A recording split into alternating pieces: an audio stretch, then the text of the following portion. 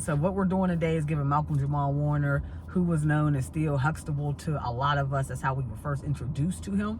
And we're just giving him a fan eulogy. How we're going to start off is just with a moment of silence for Malcolm-Jamal Warner. So bow your head, moment of silence.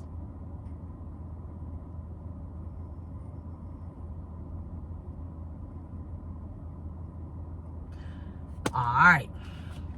First of all, when I first got the news, I was just strolling, and y'all already know, celebrity deaths or death hoaxes, that's been a thing since the internet started. So they're always saying this person's dead, that person's dead, especially because everything's monetized now. So people make a lot of money off of just coming up with these hoaxes. So I'm always digging a little deeper before I just share a post or do whatever. But one name and one face I never would have expected to see in a he's dead post is Malcolm-Jamal Warner. I'm going to have to refrain from calling him Theo Huxtable because that is how I grew up to him. And then we're going to explain exactly why he hit so hard to all of us collectively. I'm going to focus on his time as Theo because that is what literally captured our hearts and bottled us up into this man's world. So, Theo, who was Theo and who was Malcolm-Jamal Warner? When Malcolm-Jamal Warner first got that part, I believe it was his first role in a sitcom, so it's the first time he's entering into our homes every single day. Now, the Cosby Show premiered in 1985. I was born in 1986. So with that being said, by the time I got old enough to really be able to look at the Cosby Show on television and really understand what's going on, the show had been on air for 4 years. So because I think I was like 4 years old when I really, like, my first time seeing the Cosby Show on TV, and they were still playing like season 1 and stuff. So they must have been playing repeats. It must have already been in syndication. Not really sure about that part. If someone who worked on the Cosby Show sees this, let me know how that rolls, or how this is lining up timeline wise. But anyway, about 4 years old, I'm in someone's kitchen and I see this show come on TV. And it was the very first opening segment that they ever used, where they're all like kind of at the park. You see a lot of fall colors. They're playing with the football. And I'm just looking at this family like, this looks like something I would love to watch. And that was my first experience, and I just never really turned back. Like, I love the Cosby Show. It's one of my favorite shows, and to me, and we'll get deeper into this in the second talk. We ain't even going all the way there, but to me, the Cosby Show is one of the best African-American shows, if not the best. It's the #1 show ever made for African-Americans. So now we're going to get into why was everyone hit so hard by Malcolm-Jamal's passing, Theo Huxtable's passing. And this is why, for someone like myself who was a millennial, Theo was a big brother. Or you could have crushed on Theo, like the older kid that you crushed on. But for me, I saw him as a big brother. And a lot of other people in my age group saw this man as a big brother. If you are Gen X, you saw Theo either as someone that could have been a dude that you chilled with in school, one of your friends in school, or you looked at Theo as yourself. Or if you were a Gen X woman, then you was trying to make Theo your boyfriend because y'all were the same age.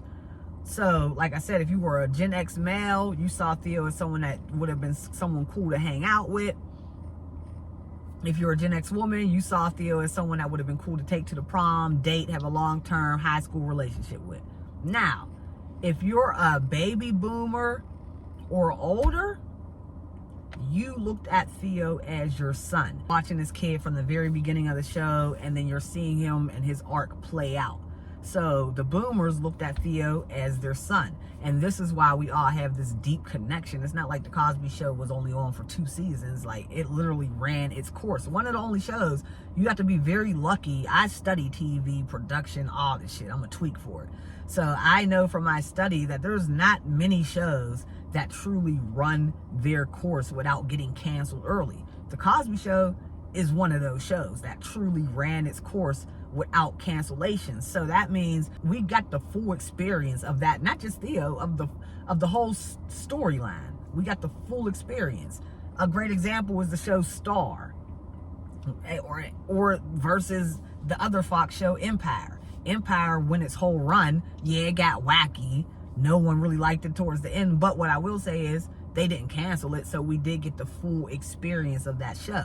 You got Star, or Living Single, or Moesha, a number of other shows that I don't think Martin really get the fair treatment either. I want to say they got canceled early. So a lot of our shows get canceled early, so we don't get to see the full vision from beginning to end. But we got to see that with the Cosby Show, which is another reason why we feel so attached to not only the rest of the family, but Theo. But now, this is the biggest download that I got during all of this on why we truly feel so connected. Even if you passively watch the show, you would have caught on to this with your subconscious mind. Yeah, so even if you weren't fully aware of all these aspects that I'm breaking down to you, as far as the Cosby Show being a show that actually played out in its entirety, even if you didn't really realize that, even if you only passively watched the show, the thing is, all of these things were being told to you through your subconscious mind, because the creator of the show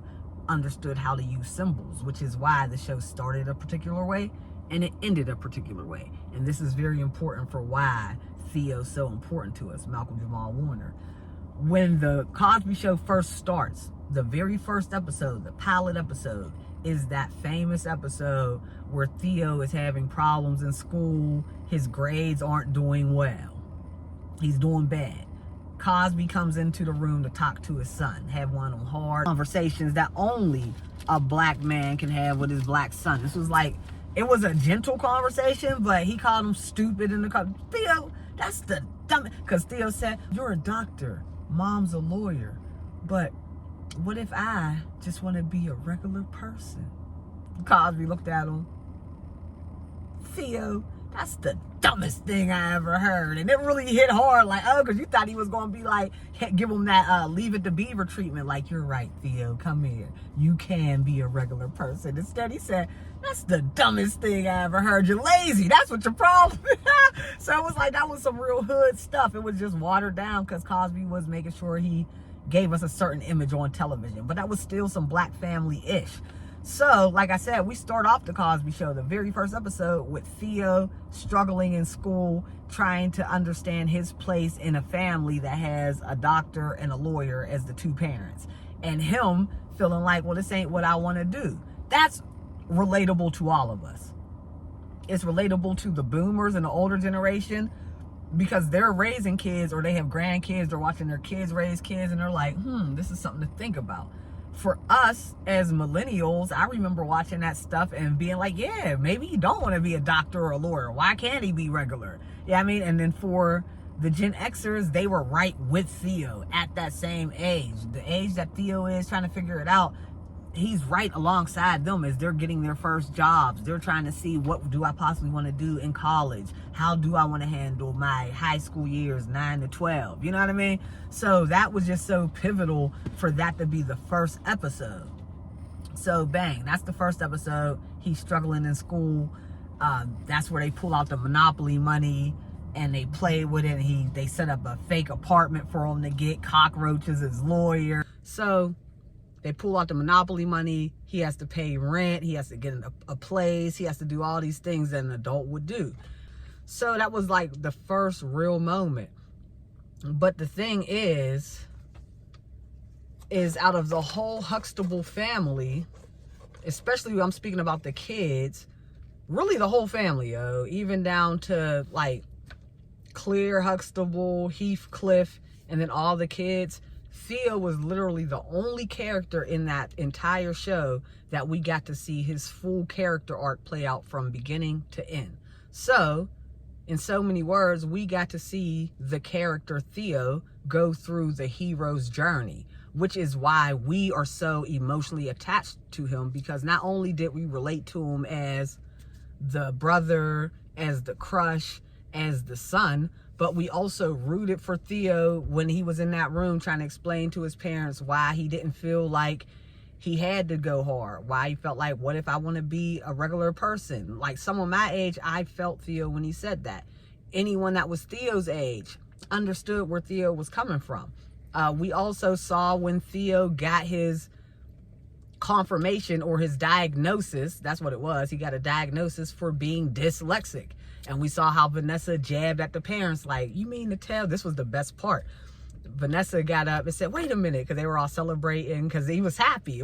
This is ironic because he had been struggling so long throughout his school career, and we, the audience, whether you were a millennial, Gen Xer, or a boomer, we all saw Theo struggling the whole time, but we knew he was a sweet kid. We knew he was a good kid. We always rooted for Theo. So when we watched the episode and see he gets his diagnosis of dyslexia, to someone, an outsider looking in who didn't follow the show, they might be like, why the hell is everyone happy? Even the audience, we're clapping like, yeah, he got dyslexia. Thank God. But that's because we were on the hero's journey with Theo. So we knew how he felt. We felt it too. There were days where we came in the crib with bad grades and turned on the Cosby Show, saw a repeat, and was like, damn, I really relate to dude right here. Right now, I feel like this. You feel me? So for him to get that diagnosis of dyslexia, it made everything make sense to not only his character, but to us watching this character. And then, like I said, Vanessa broke it down so sweet. It's the pivotal moment. It's the very end of the episode where she says, wait a minute, stops him from clapping, stops him from celebrating, and turns to her brother like, Theo, just think about it. All the times you came in with bad grades and you got put on punishment, you got screamed at, you were called stupid. Like, really put it into perspective, like, how does this feel? And then he started thinking like, dang, Vanessa, you are right. The parents was like, all right, Vanessa. But that was just real shit, yo. That's something that anyone could relate to in the world, especially if you dealt with any type of issues during your time in school. You could relate to that moment. So we see him get the diagnosis to dyslexia, and then we also go on to see Theo graduate from college, which is the very last episode.